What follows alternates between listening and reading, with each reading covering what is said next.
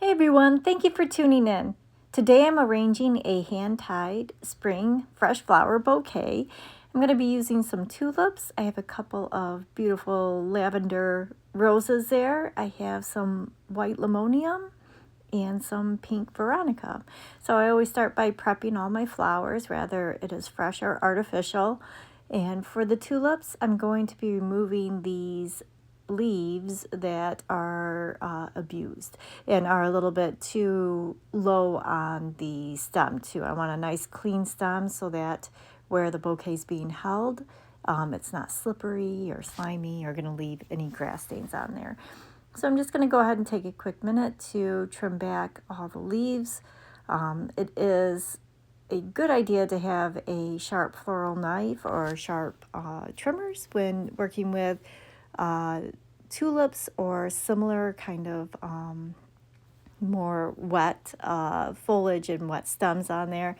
I do apologize, my knife was not as sharp as it should have been, so you see me tugging quite a bit through there and a little bit of a struggle. But the sharper the tool, the cleaner the cut, and then of course the easier to cut with. And just a quick note on tulips, when you're working with them, they'll have like a nice shape and curve, and they'll kind of drape down, and they are fun to work with, but overnight the heads of the tulips will turn back up towards the sky. So just keep that in mind when you're arranging. If it has a really nice draping effect, and you leave it overnight, when you wake up in the morning, it's going to be pointing up.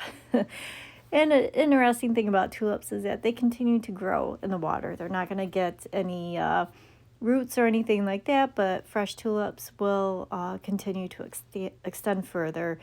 So if you have them in maybe table arrangements in water and you do them a couple days ahead, they probably will grow a little bit further than where you originally placed them. So just a little side note about tulips, although they're beautiful and absolutely so much fun to work with. So for this arrangement, I'm going to start with my two roses because I only have two of them. They are the more expensive flower, even though they are not the brightest flower. They are the biggest.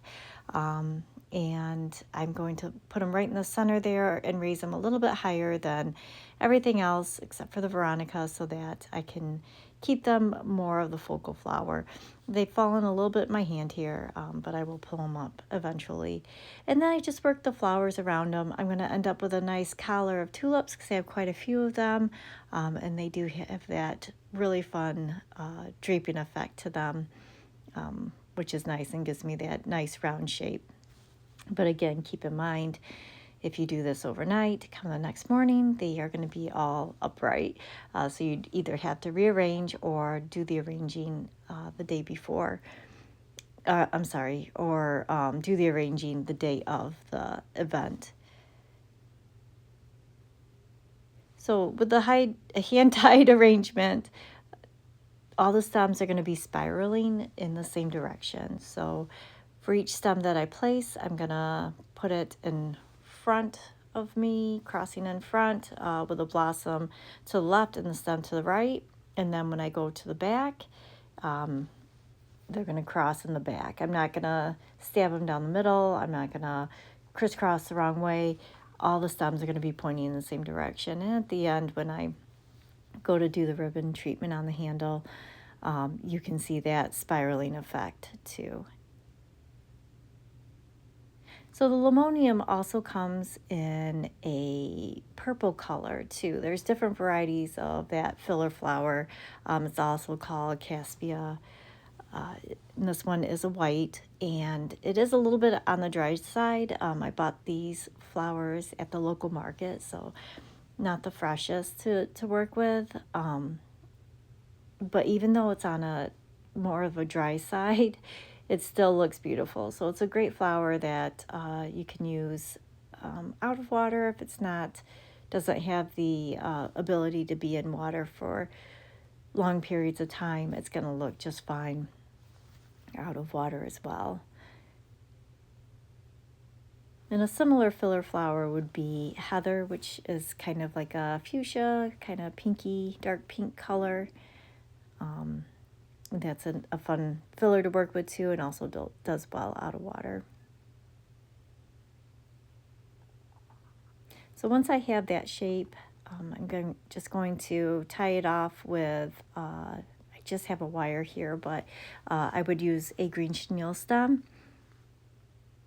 And in the descriptions are some links to products that you can get on Amazon, the chenille stem, wax floral tape. I believe there's some wire cutters in there as well. So I'm just going to tie it off with the wire here. And then I'm going to do a little ribbon treatment on it.